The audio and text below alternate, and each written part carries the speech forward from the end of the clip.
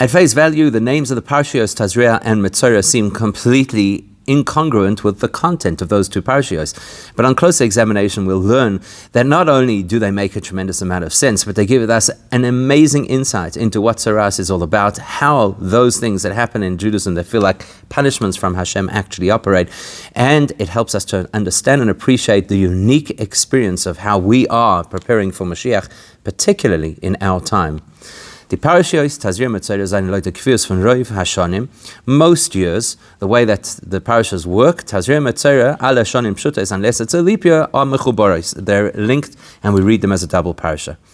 The kesher v'shaychus zwischen die zwei seders is verstandig b'parshas. Now you can easily see the link between two parashas. We don't arbitrarily link two parashas together unless the content is somehow shared, and in this case it's pretty clear that the content is shared, because noisef if dem was in beide seders redt sich wegen negoim. First of all, both of the parashas speak about the blemishes of tzaras.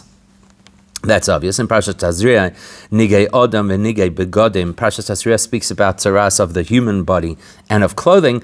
When Parsha Metzora, Nigei Batim, and Metzora speaks about the tzaras that you can get on your house. But besides that, there's an even deeper link between them, because Parshas Metzora is the same v'chosim from Parshas Tazria. Actually, when you read it, you see that Parshas Metzora concludes the themes that began in Parshas Tazria. Because the dinei Metzora v'ngevoches retzich b'Parshas Tazria, all the halachas of how you deal with somebody who has tzaras is siyumam are concluded. Zois when the parasha tells us in Metzora, well, this is now the final process, how you purify somebody who had tzaras, and that's in Parshas Metzora. So that's obvious, there's a link, we understand how the two parashas fit and why they literally segue from one into the other. What we do have to understand is, the Shemus is the names of the parashas, because the Rebbe discussed this numerous times, the names allocated to the parashas are not just to distinguish one parasha from the other.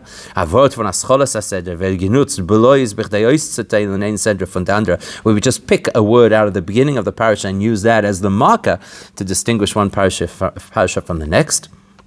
Rather, every single name of the parasha contains within it and represents, like any name in the holy tongue, which always expresses what the essence of the particular thing that is named is all about. And in this case, the name of the essence, the content of the parasha, must somehow be expressed in the name of the parasha. And you can see this clearly in Parsha Tazria as an example. We don't call it the parasha of woman, even though that is a word. It is the first unique word in the parasha. It would have been a good name for the parasha. But, Vaidaber is obviously an expression that's common to all parashas. So, from their parasha, no, is Tazria. It's interesting, we don't call this name Isha, which would have been unique, but we call the parasha Tazria, telling you it's not just a matter of finding a unique word and using that to distinguish one parasha from the next, but it must somehow represent the content. So therefore, in our scenario, we have to understand. What about Tazria contains the overall theme of what most of the content of the parasha is about? When you consider that the vast majority of the parasha is about tzaras and the various forms of tzaras, that's very different to the word Tazria. In fact, not only is it very different, not only is there no link between the word Tazria and the concept of tzaras, it actually would appear to be the exact opposite of what tzaras is all about. Because Tazria Vais, Vidas is Meferish Befarshal Seiner, the idea of Tazria, as you can see clearly in our parasha, is Isha Kisazria V'Yolda, the concept of conception and birth. New birth and new life. That's what Tazria represents. Whereas Tzaras is a scenario where the person is considered as if they were dead. And the pshat davon is, it's not just because the person is impure, therefore they're considered like someone who is dead. No, the mitzvah atzma is choshev kemeis. It's a definition of the person with tzaras that they are not considered to be alive. How could Tazria, a parasha name indicating new life, be the parasha of content, which is about somebody who is almost as if they're not alive? We can have a similar question about the second Parsha Metzora and its name. Because in Parshas Metzora, Retzach nit wegen der Metzora als Metzora. Parshas Metzora, which is the designation of a person with tzaras, Parshas Metzora doesn't speak about people who have tzaras. In other words, how they have tzaras, what indicates tzaras, what are the blemishes. Now, fakert v'gin taharase, to the contrary, this is the parsha that speaks about how somebody escapes tzaras and becomes pure again. Eved ois mitzvah, where they lose the status of mitzvah. This is a person who can now return to society, bring his kabbanas, and why then is the name of the parasha Metzora? It's the exact opposite of the content. You'll say, yeah, but there is a kind of tzaras that is only detailed in Parshas Metzora, namely the tzaras that afflicts the house. Well, that's also not a good enough explanation, because it's nicht glatik. Number one, the word Metzora is a status of a human, not of a house. So that wouldn't help if this parasha speaks about how tzaras gets onto the house, to explain why it's called Metzora. Furthermore, Beis Nochmer,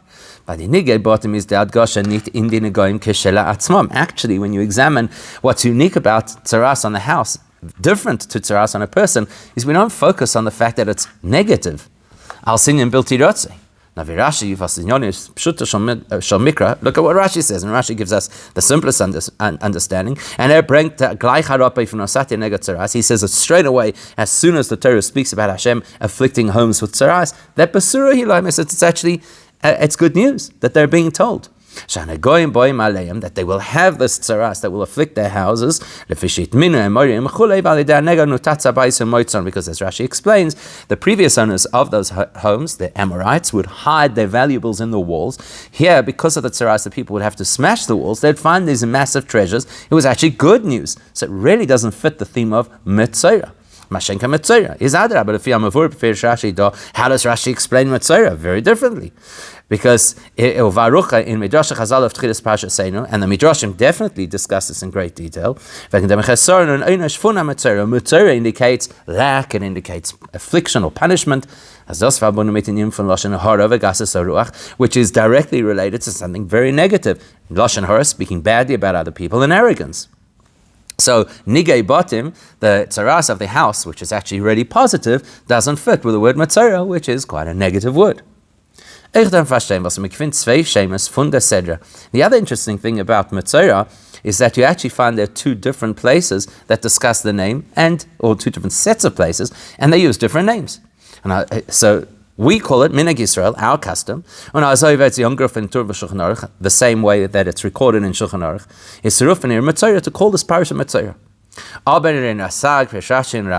there are other places, Reb Sadia Gaon, Rashi, Rambam, who don't call this parasha Metzora, they call it Zois Tiyah. Why then, in those commentaries, is it called Zois Tiyah, and we today call it Metzora based on the Shulchan Aruch. So we're going to go straight to the explanation and understand that our perception of tzaras is completely wrong, and that's why we're not understanding what's going on over here. Bahaktam. Let's first understand a broad concept about how a Jewish person is supposed to understand not only what goes on in the world, but specifically what happens to us that appears to be negative. There's a foundational principle of Jewish faith, which is the inyan von schar v'oinish, that the Eibishter sets up consequences for our behavior, positive or negative consequences, depending on the behavior. Let's have a look at how the Rambam says it in his famous 13 fundamentals of Jewish faith. The 11th foundation of Jewish faith is that the Eibishter will reward those who fulfill the mitzvahs of the Torah, and will punish somebody who transgresses. And then he explains the ultimate reward is a portion in the next world, and the ultimate devastation is to be cut off from Hashem. And the Rambam gives much more detail about this in Mishnah Torah in the section on Tshuva. So we believe in a principle of reward and punishment, but Torah is doch Torah's chesed. Torah comes from a perspective of kindness, benevolence. is move on. So if the Torah prescribes punishment, it's not to be vindictive and to punish, but rather to give an opportunity for the person to be able to rehabilitate their soul. As we see very clearly, the Gemara tells us that even if somebody did something which was so severe that they deserved to be so-called cut off from Hashem, if they were given lashes, they have now been absolved from that terrible punishment of Kores. Why? Because the Torah is benevolent. And even when somebody's in a very serious scenario and they deserve chas v'shalom capital punishment, so the Gemara tells us an example about Achan, who was a person who took what he should not have taken from the spoils of war. The pasuk says that Hashem will sully him or separate him on a particular day, says the Gemara, that's exactly the point. The punishment that a person experiences in this world is to ensure that the person is not cut off in the next world. So even those most severe punishments are from a perspective of benevolence. Oh, but the problem is, if the vast majority of consequences / punishments that a person goes through, we don't actually see the goodness in it, while a person is still living in this world. Here's an exception. When it comes to tzaras, the whole point, as we'll see in a moment from the Rambam, as he describes, as he concludes the laws of tzaras, he gives us a perspective that the whole concept of tzaras is actually benevolence. From the Bein Hashanah Goyim is moving as Ader is by Torah, and we'll extrapolate out and say, well, here's an example of a punishment that's actually benevolent, that is to teach us that all so-called punishments in Torah are benevolent. So let's see, what does the Rambam say about it? The Rambam sagt b'Sefer Chestumas Tzaras, right at the end, the very last halacha in the laws of Tzaras, the Rambam says, V'zeh hashinoi ha'omer b'vegodim u'bebatim shekros Torah Tzaras b'shutvas Hashem. So the Rambam first says that Tzaras is a very broad term that includes all different kinds of scenarios that don't even look the same, they don't operate the same way, but the fact that each one is labeled Tzaras this, Tzaras that, Tzaras ha'beged, Tzaras ha'bayis, etc., is to tell us that the entire experience of tzaras is not a natural phenomenon, but it's rather something which is a sign and a supernatural one at that from Hashem, in order that the Eibishter wants to warn us against speaking Lashon Hara. Because if a person does speak Lashon Hara, look how the Rambam describes it. First, Mishtanos Kiros Beisoi. The first thing that happens is the walls of his house will be afflicted by tzaras and will change color. If he gets the message and he does tshuva, yitar abayis, then the house will be purified and everything will be fine. But if the person doesn't change their ways, and has to have their home destroyed because of that, and they still don't change their ways, well then it starts to affect the clothing in the house. First, the clothing that is, so to speak, part of the furniture, like the skins or whatever, the leather that's in the house, and then eventually the clothing on the person.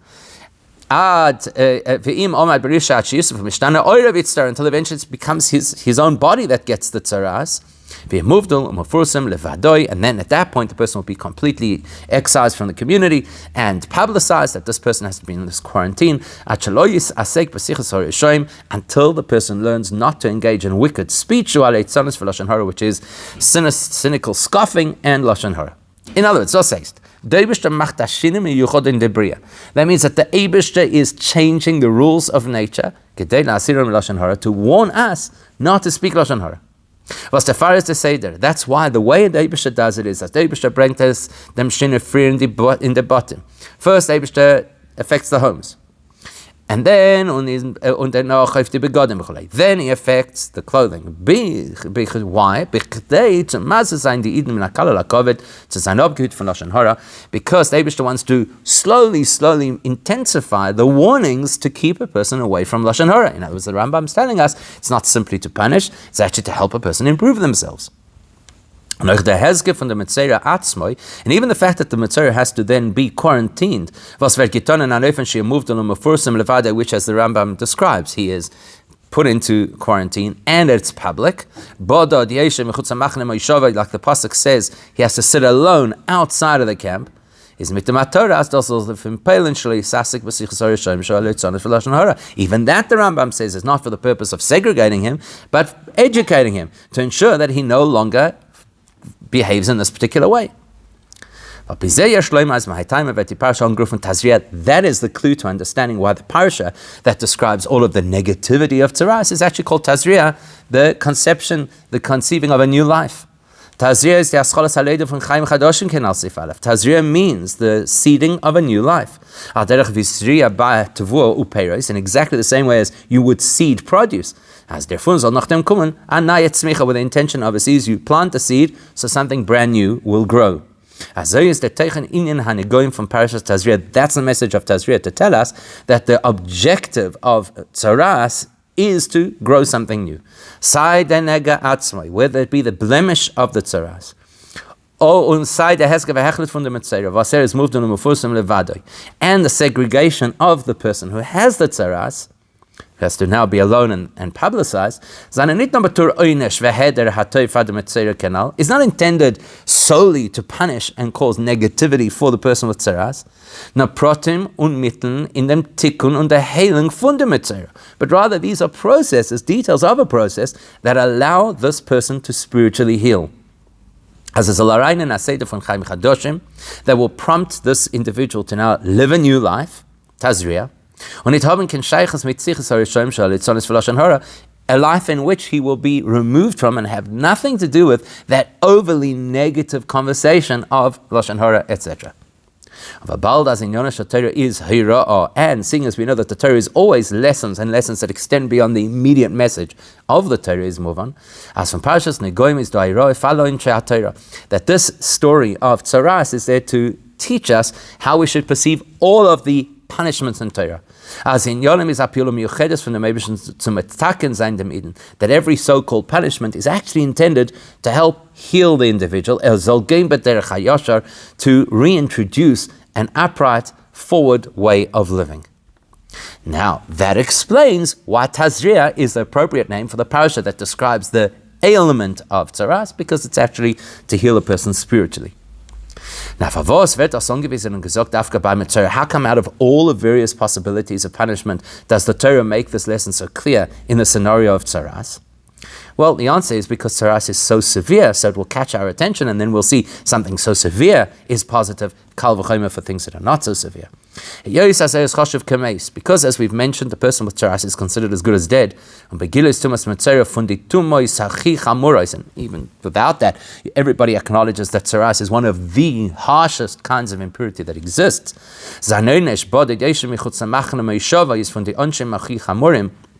And the treatment of the mitzvah is very drastic. Where else do you find a person who's completely segregated from the community? So therefore, we can extrapolate from tzaras to other punishments that may not seem as severe. As is that every punishment is actually part of the process of rehabilitation for that individual. In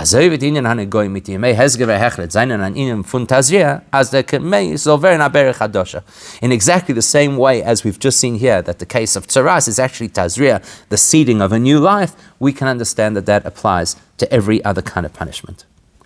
Now, what's interesting about this perspective is it helps us understand the halachic definition of tzaras differently to how we may have understood it. This perspective that tzaras is a process of rehabilitation rather than a simple punishment gives us an halachic perspective about tzaras. What halachic perspective? About this quarantine. So what do we know? We know that when a person has tzaras, as long as he has tzaras, he is impure and can contaminate others, and therefore he has to live outside of the camp. The requirement for him to be outside of the camp could be defined in one of two ways halachically. Either, perhaps this law of segregation for the mitzvah is part of the general law of segregation of people who are impure and can contaminate others. There are other people who are impure and therefore cannot enter the Beis HaMikdash or cannot enter even the Har HaBayis. So it's the same principle. A Metzora also can't be in certain settlement because of his impurity. It's just a more intense impurity, so it's a greater segregation. So naturally now he's going to be completely alone because he can't be where other people are. That's one possibility. Same halacha, just in the extreme. Or we could argue that the absolute quarantine of a Metzora is a unique halacha that only applies to tzaras and is not in the category of the other types of impurity. It's part of what completely distinguishes a Metzora from every other impure person. Now, l'cheira is by Metzora do zwei bazulder sugei din. Let's understand this further. There are potentially two different concepts of halacha relating to a Metzora. Aleph, the din kloli von tmeim v'chastet in Pashas Nosei. On the one hand, we do find that a Metzora is included in the general laws of impurity discussed in Pashas Nosei, which include v'shalchol min hamachne kol tzora v'chol zo v'chol tomei l'nefesh. Anybody who is in an impure state that can contaminate others has to be sent outside of the camp. On the time is where our concern is they shouldn't contaminate the rest of the population. So our concern is the encampment of the Jewish people. So that's saying, well, the person is impure, so therefore they are spiritually contagious, and we need to protect the rest of the population from them. That's one aspect of tzaras. But then there's another one, base. The fact that the Metzora has to sit alone, which is hadin miyuchad ba Metzora, that is a halacha that you only find in context of Metzora. That's not to prevent him contaminating others, because he's already outside of the camp. This is to help him to rehabilitate. Not only for the sake of protecting others. Now, with that information, there are some practical differences. We'll look at two of them. Number one, Aleph, by dem din hakloli b'sholchom min hamachane is negea de shlila. When the Parshas Nosei tells us that all these people who are impure and can contaminate others have to be sent outside of the camp, we're focusing on the negative. Zol nit zayin in der machne, the fact that these people cannot be with the rest of the population. V'lo yetamus machaneim, so they will not contaminate the camp. So if there's a time in history where there are no longer these camps of Machne Shchina, Machne Leviah, Machne Yisrael, then this particular halacha is no longer relevant. Whereas when we focused on the quarantining of the Metzora, they were looking at the proactive requirement to keep him separate. Not only should he be outside of the camp, there too he should be alone. So if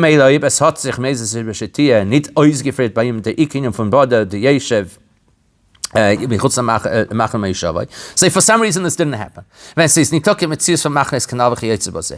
no camp, so you can't put him outside the camp because there is no camp. Like today, there's no designation of these three camps. So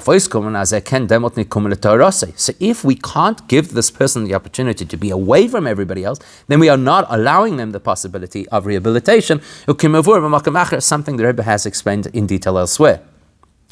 So that's the first distinction. Second distinction, Parshas Nosei, which says that people who are impure have to be outside of the camp, and in the case of the Metzora, outside of all three camps. Then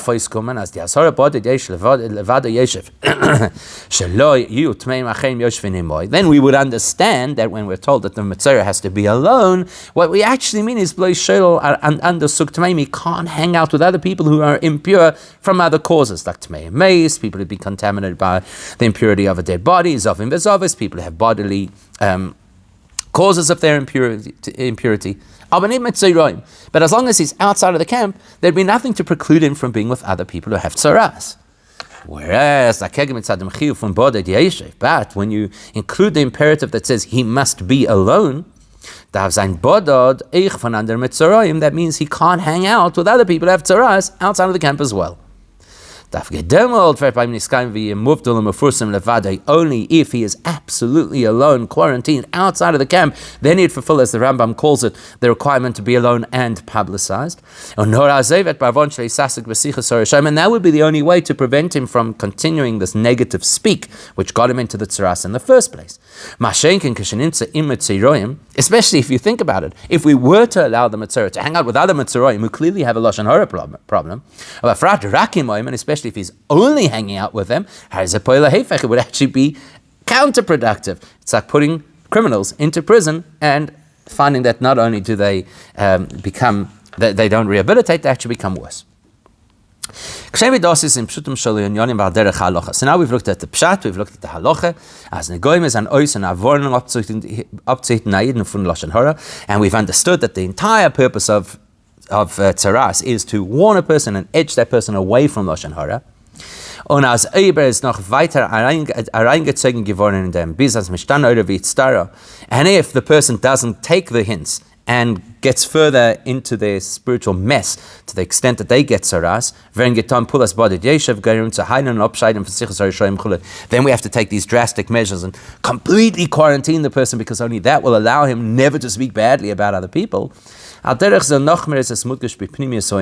same theme, only more so, is expressed when you look at things from a spiritual perspective. Says Mavur in Likutei Torah, it's pretty well known that the Alter Rebbe explains in Likutei Torah, as das was bei negoim steht Odom ki hi yeber b'sara goimer. How come it is that the introduction to the halachas of Metzora is given with the word Adam? The Torah uses the word Adam.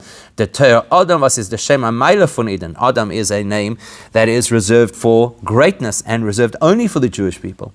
Says the Alter Rebbe, the reason for that is Val de inyan ani goimer shaykh dafke bei ihnen was is b'madregas Adam. Because in order for a person to be susceptible to tzaras in the first place, they actually have to be at a very high spiritual level. They have to be at the level of Adam, which is actually the ultimate human state. Now, why would tzaras affect somebody who's at such a high, elevated level? On the time therefore is, the reason is the fact that tzaras is a skin disease. Weiß as the Ravas is gern is nicht betoich in the pnimius von the mention, is because obviously whatever the Eibusha does is midah keneged midah. If the affliction is only on the skin, it reminds us that this person doesn't have negative within themselves. All we have now is we've got a person who's just got a little bit of residual, superficial negativity in their life that is skin deep. As the expression goes, b'soif levushav. It's at the edge of the levushim, the way that a person engages with the world. So the result will always match the cause.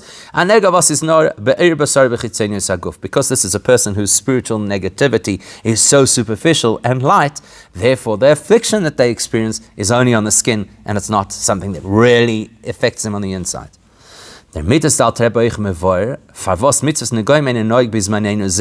That's also how the Alter Rebbe explains why there is no longer tzaras achar achurban since the destruction of the Beis Hamikdash. Because we don't have people of that caliber of Adam, and therefore we don't have those miraculous outcomes of tzaras, because tzaras is completely unnatural.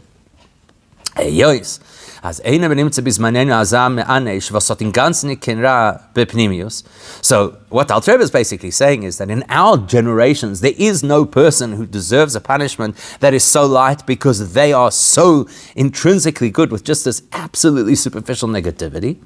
Because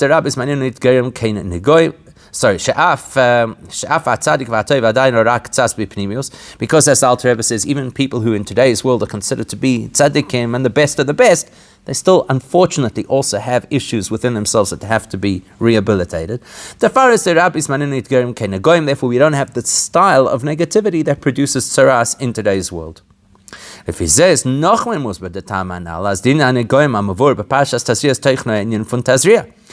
that perspective that you've got to be at a certain spiritual caliber before you even engage with tzaras, that's further explanation to why Tazria is the correct name of a parsha that describes tzaras.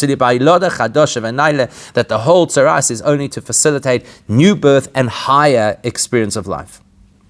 The meisten Nisim macht Eibusha bechdei azoich die chitzonos upseles hara zol nizbar veren bayiden. Why would Eibusha make this miraculous type of illness called tzaras? Because he wants to help us to get rid of that little clinging, edgy, superficial negativity that, for whatever reason, we're not really getting rid of on our own. Apizeh is like mevor dem shem from the zweite Tazria-Metzora. Up until now, we've explained why the name Tazria matches the parasha that speaks about getting tzaras. Now we can understand why Metzora describes the parasha about cleansing tzaras. Because we said it's ironic that the word Metzora, which describes a person with tzaras, would be the name of the parasha of the person who gets rid of tzaras. What we're trying to illustrate over here is as taras u'refuas ha'metzora. This is fascinating. The healing of the metzora is not separate from the tzaras. Hamoveres beParshas Metzora. That which is explained in Parshas Metzora is nitken bazunder uftu. Is not a completely independent subsequent outcome of healing after the disease. Was wird neschadish blois mitzad epilus al-korbanos v'chazane mevorin der parsha. Meaning, now that you've gone through these steps and you've brought these karbanos and you've had this period of purification, now after the tzaras you can now rehabilitate. The fact that the name of the parasha of healing is called Metzora illustrates the fact that the tzaras itself was the reason that brought this person to eventually become purified. Let's say that differently. The actions taken or described in Parshas Metzora, which are the cause for actual purification. It's not that you had somebody with tzaras and now we superimpose purification on them. The purification process reveals the fact that the tzaras rehabilitated the person.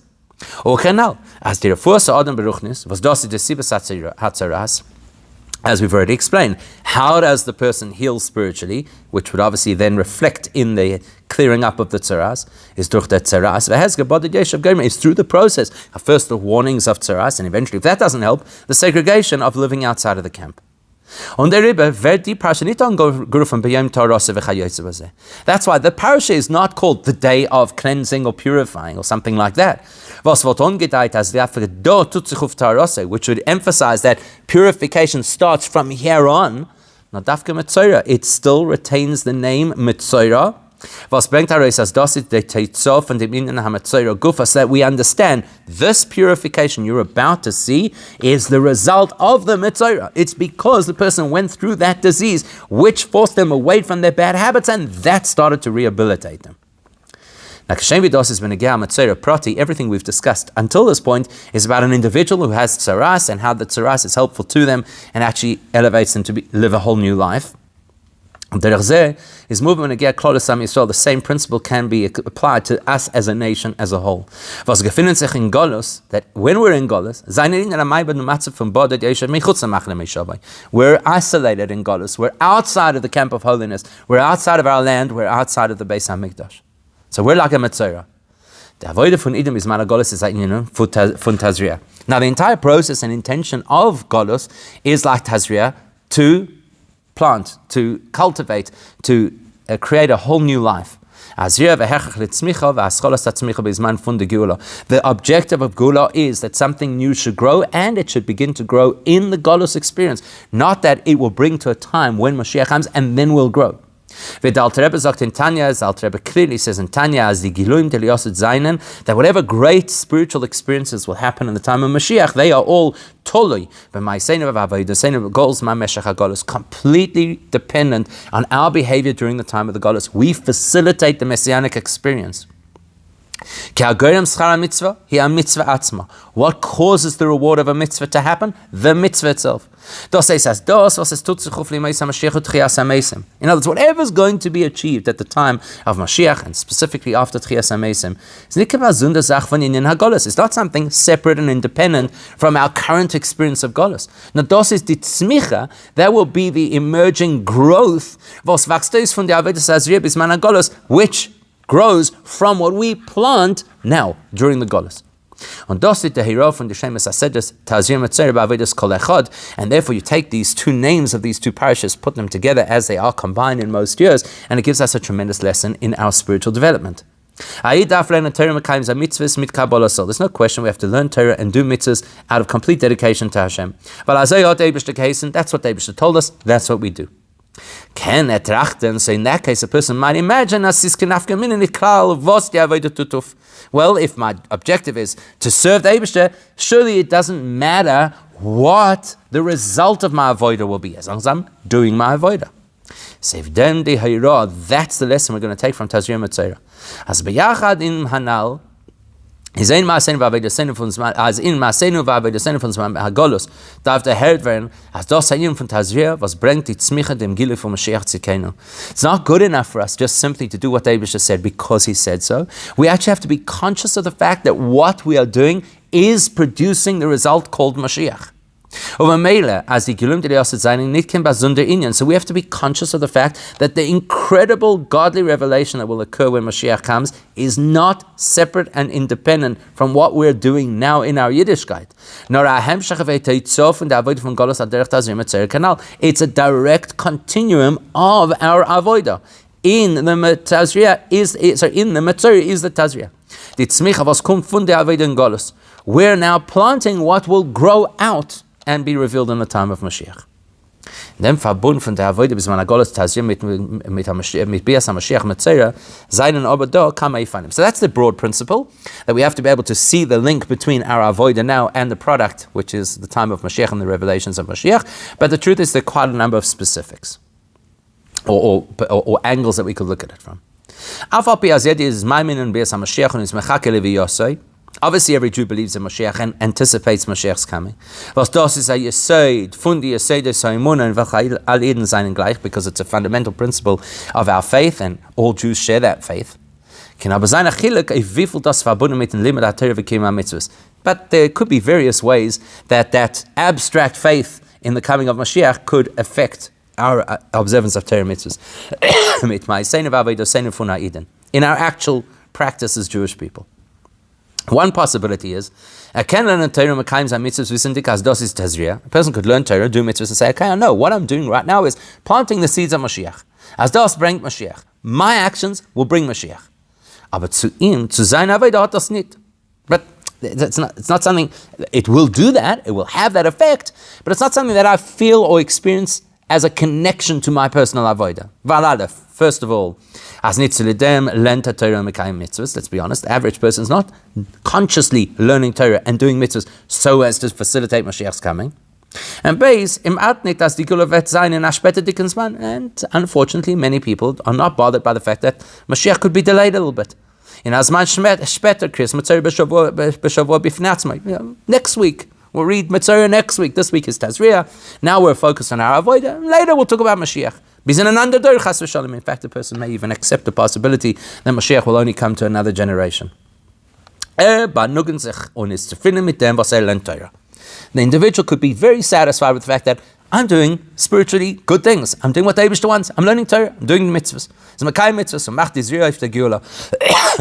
I'm laying the groundwork for Moshiach. That's what I'm doing. Do I have to know that Moshiach is going to come now? Do I have to care in every mitzvah that's bringing Moshiach? Not necessarily. That's what the Torah wants to clarify for us. As Berev Hashanim Zayin debate said this Mechubaris, in the vast majority of years, Tazria-Metzora are read together. When Akal Golda B'Torah Shal Arov to Daber, and we know that Torah always follows majority scenarios. When Adinikri B'Halacha L'Maaseh B'Feil is Azlin and Bosser. In fact, that's even how we do it in Halacha. We follow majority scenarios. So therefore, that's telling us, as our attitude has to be, we can't see the Tazria Avodah and the Metzora revelation of Moshiach as separate. We have to see them as an entity that is linked with a hyphen. Und als Schleimus, als Kimlige Solomutum, als man fragt mir im Rishon von der Woche, oder Bishar Yom von welcher Woche. So it's got to be so clear to us that if somebody comes to you on Sunday and says, what week is it this week? Is the end for Parshas, from Parshas Tazria-Metzora. We know which week it is. The Tazria-Metzora week, we know that they go together. Seine Avodah in Golus darf da sein durchgenommen mit der ständige Zipia und Streben zu der Geula. That's the attitude that a Jew has to have. You ask a Jew about their Judaism, it is for sure my Avodah and Moshiach are completely intertwined. Every day I wait that this will be the day he comes. And seeing as I'm only here created to serve the Eibishter, So therefore, this is what I've got to do all day long. The heter in sein kim Torah mitzvahs, as das bringt uns memari de geula. My whole day has to be completely caught up in the understanding that what I'm doing now is bringing Moshiach sooner. And even that you could look at from two angles. Aber das Gufa kann sein zwei Fanen. Aleph, one possibility is, der hört wie sein Avodah. The person gets it. Okay, I get it. My Avodah, Tazria, is Azria was wird bringen die Tzmicha. I am planting the seeds of Geula.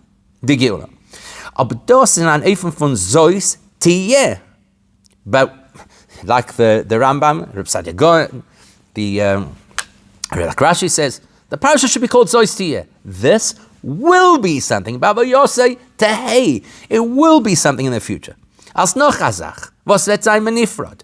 There is my avodah, which is one reality, and there's the Moshiach outcome, which is an independent, resulting reality. But it might be a result, it's still independent. I wait for Moshiach to come every day. And I'm even doing Torah mitzvahs so that Moshiach will come. But in my mind, it's clearly two distinct things. What I'm doing and what will happen from what I'm doing. As durch my seinu v'avodah seinu, through my efforts, it will affect something else. Chapter 2, the coming of Moshiach, and especially if we do it really well, we'll even speed it up. Base, but then there's a better and really the ultimate way to live.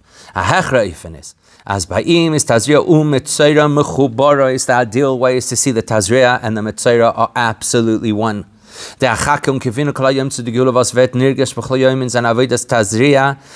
that in my avodah I anticipate and feel the urgency of Moshiach is not nur as jeder sein avodah wird gleich gerem sein sheyavoi. Is not from the perspective that I'll do X and Y, it will cause this result called Moshiach. Nor as the Gula Asida is ein Zach mit den Teichen Avidosa Tazria-Metzora vet ein Parsha, but rather to understand and appreciate what I'm doing is Moshiach. When you plant a seed, it's not that you plant a seed and then something else happens that it grows. The seed becomes the plant. My avodah becomes the geula. Der Kasche ist der mitzvah von Moshiach is was demelt wird sein die Shleimus and Torah and die Shleimus and mitzvahs. And that will help. That will be easier to understand when we consider what is Moshiach all about, the ultimate experience of Torah and mitzvahs. That Moshiach or Eliyahu is going to answer all of the outstanding questions in Judaism. Moshiach is going to explain the reasons behind things in Torah we never knew. He's going to teach everybody Torah. Rambam, even look at how the Rambam says it. The future king of Moshiach is going to come. Will restore the original Davidic dynasty. And he'll build the Beis Hamikdash and he'll bring all the Yidden together again. And he will restore all of the original mitzvahs of the Torah as they were originally. We'll be able to do mitzvahs we don't do properly now, bringing korbanos, shmita in the proper way, yovel, everything as described originally in the Torah. What's Moshiach? Taking the Torah mitzvahs we're doing now to fruition, taking the seed and letting it grow into the full plant it was intended to be. And that's how we have to see our avodah. It's not an investment so we'll get the return called Moshiach. It is the facilitating the breeding of Moshiach now. The Rebbe has explained before that the Rambam here is not just telling us philosophy or a wistful prophecy about Moshiach, but he's telling us halacha. As the Gerda from Moshiach is that what defines Moshiach, the definition of Moshiach is somebody who reinstates Judaism as it was intended. Und das sagt der Rambam. That's what the Rambam says. Die Halinyonim was haben gefällt in der Schleimus von Kiyum HaTorah mitzvahs. Everything that might have been lacking in terms of Torah mitzvahs. Tzadem was es hat gefällt in der Schleimus kol Yisrael Beis Hamikdash, because maybe not all the Jews are where they should be, and we don't have a Beis Hamikdash. Was das is Klolos in Golus, which is basically a summary of what Golus is. We're lacking a whole lot of the essential parts of Judaism. Mashiach is going to complete and reinstate all of that. That's why the Rambam tells us that Moshiach will bring back the dynasty of David and reinstate all of the mitzvahs. Because Moshiach's primary job is to bring back Judaism as it should be. And seeing as the object of Judaism, Torah mitzvahs, will at that time be absolutely complete.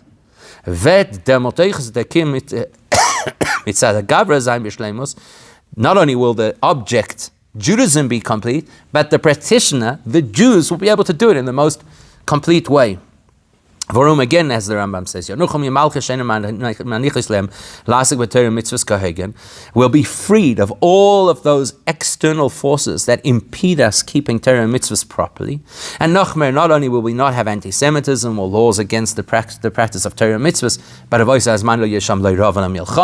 there'll be no famine, there'll be no war, there'll be no envy or competition. As the Rambam says, the primary occupation of the entire world will be to know Hashem. So in other words, what is Moshiach? Moshiach is not the reward for the mitzvahs I'm doing now. Moshiach takes the mitzvahs I'm doing now and facilitates an opportunity to understand them fully and observe them properly. And that's what we believe in, and that's what we're looking forward to, which the Rambam describes. Die Limrat Torah und die Mitzvahs ist durchgenommen mit der Emunah, als das bringt ihm zu der ganzen Welt, bringt und die ganze Welt zu der Schleimeslimit wie dir Torah. That's how we have to learn, and that's how we have to perform mitzvahs. What I'm doing now is facilitating the ultimate version of this. Ultimate learning, ultimate mitzvahs. In dem steht von mitzvahs für Kiyum und der Schleimus von Yedir Sabayra. Ultimate performance, ultimate knowledge of Hashem. In dem steht the Mechakele B'Yosek. Now that's what I'm anticipating when I wait for Moshiach, and that's what I'm facilitating when I do Torah mitzvahs. Pizir Shleim, as das ist eine von der Time, was B'Deris HaYishonim hat Seder geheißen sois Tiyeh. And that would explain why they in previous generations, you had great people like Rashi and the Rambam who called this Parsha Zois Tiyeh, and it's only more recently that we've started to call it Metzora. But in previous generations, who were a long way off from the time of Moshiach, to them, the experience and the feeling of Gula was quite far off. It's a chapter 2, it's an epilogue. Something will happen in the future, something that is distinct from our reality right now. Therefore, their avoid at that time wasn't or couldn't be as full as it is now, with a feeling as that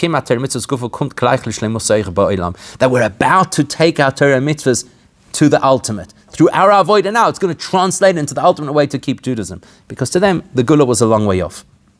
But now in recent times, times where we are called the footsteps or the heels of Mashiach, and the concept of Mashiach is alive for us. We feel it, we're conscious of it. That's why in these times we've actually started to call the Parsha Metzora. In the Hernon Filin of Pshitas Mazlaya Chazi, we have a sense and definitely a high dimension of our neshama sees it clearly. In the Avodas Ot Kumt Mashiach, we see that our Avodah is just steps away from bringing Mashiach. And because we feel that, we know that action is what counts. Mitzvahs that prompts us to add in our study of Torah and performance of mitzvahs, to get the world to fruition ASAP. So we'll be able to fulfill mitzvahs as they intended them. When Moshiach comes, and we'll have the third Beis Hamikdash. So that's where we're going. That's where our head is, and we see the direct link between our avodah and the revelation of Moshiach. So we can even call the Parsha Metzora because we see the link between the Tzaras Golus and the Tahara Moshiach.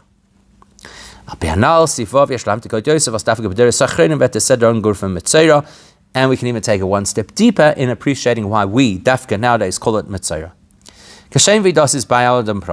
In exactly the same way as we describe Tzaras in the human experience and individual experience, that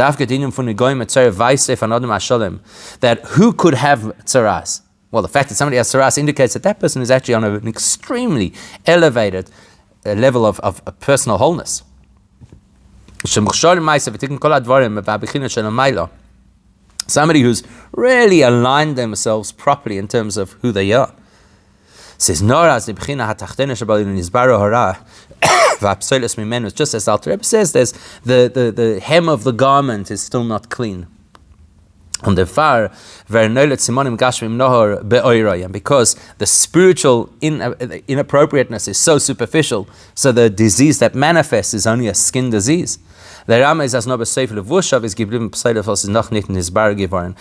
skin deep illness is a sign that there's only skin deep impurity in this person's life. Truth is, we could actually apply that to the Jewish people as a whole. Now that we're in this last period, these generations just before Moshiach comes, we're so close to Moshiach. That's why our generation can actually experience something akin to the very elevated state of the person who gets saras. Not because we're great people, but because we're standing on the shoulders of all the generations that came before us, and we're in a very elevated position as a result. As the Pnimius von Klal Yisrael is shein isbar geworden durch die Avodah von ihnen b'meshech kol hadoros. Thanks to all those generations who preceded us, the real critical areas of personal development of the Jewish community have happened. We've just got to fix up the last little bits and pieces that are, the edges of the picture. We're like a mitzvah. And that will relate to a very intriguing story which many of us know, that is recorded in Sanhedrin. I said, Rabbi Shimon Levi asked Eliyahu Novi, when's Moshiach coming? So he said, go ask him. So he said, where do I find him? So Eliyahu told him, as Moshiach Yosef ben Aniyah Sever Chaldoyim. Where will you find Moshiach? You'll find him with poor people who suffer from maladies. Rashi says, what illnesses do they suffer from? Menugoyim, they have tzaras. V'hu nami menugo, and Moshiach himself has tzaras as well.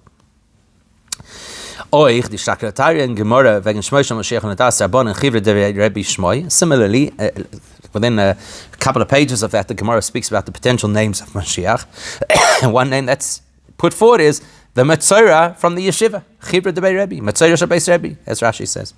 Shenhamar, and they say it's based on a pasuk. Achein chashavnu menuga chulei gomer. We see that Moshiach is somebody who is smitten with tzaras. It's lacheratumah. The whole thing is strange. Vikumtes as Moshiach zal ongru from very menuga and metzora. How is it out of all the possible titles or identifying symbols we could have used for Moshiach, it's a metzora? He's called Chivra Debei Rebbe. He's got tzaras. Where's it come from? The fact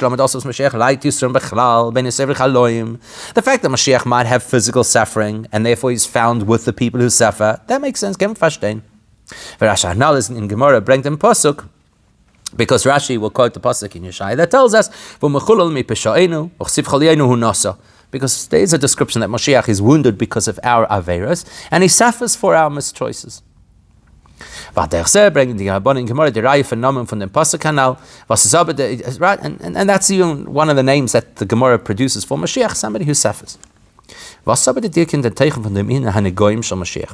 tzaras? Why is that specifically the thing that is used to associate with Moshiach? Here's the explanation based on what we've said. The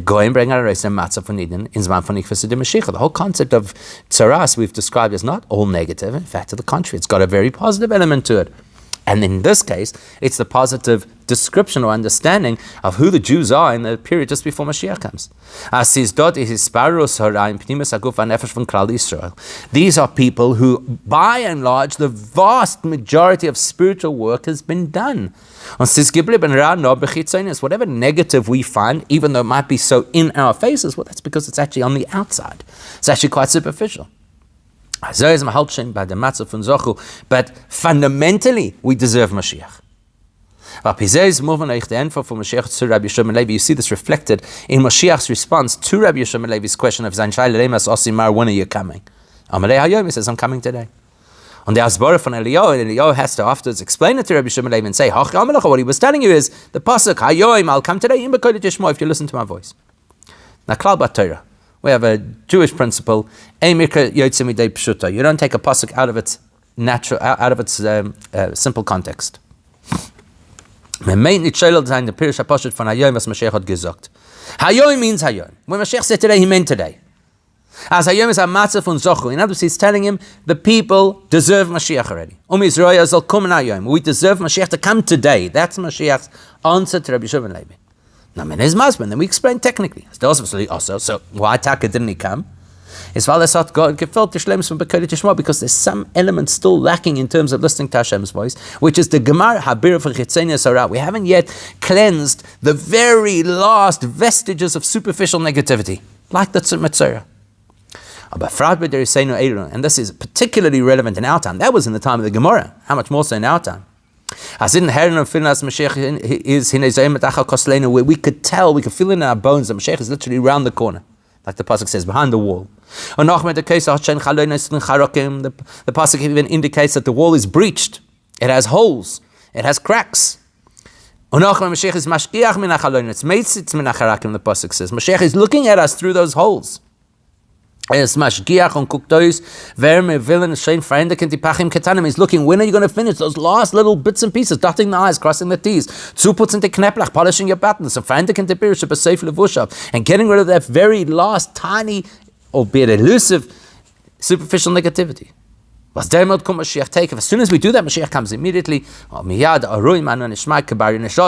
He comes flying down on clouds in the quickest way possible, because he's coming to a world where the entire Jewish population is deserving of Moshiach, like the pasuk says, that all of us at tzaddikim definitely deserve to inherit the land, so to speak, the world to come. From, as the pasuk says, what Hashem has planted. Remember, Tazria, what Hashem has planted in the ground, is now going to give root, and it will blossom, and the entire world will be filled with the produce, which is the result of our planting throughout Torah and mitzvahs. That should happen immediately.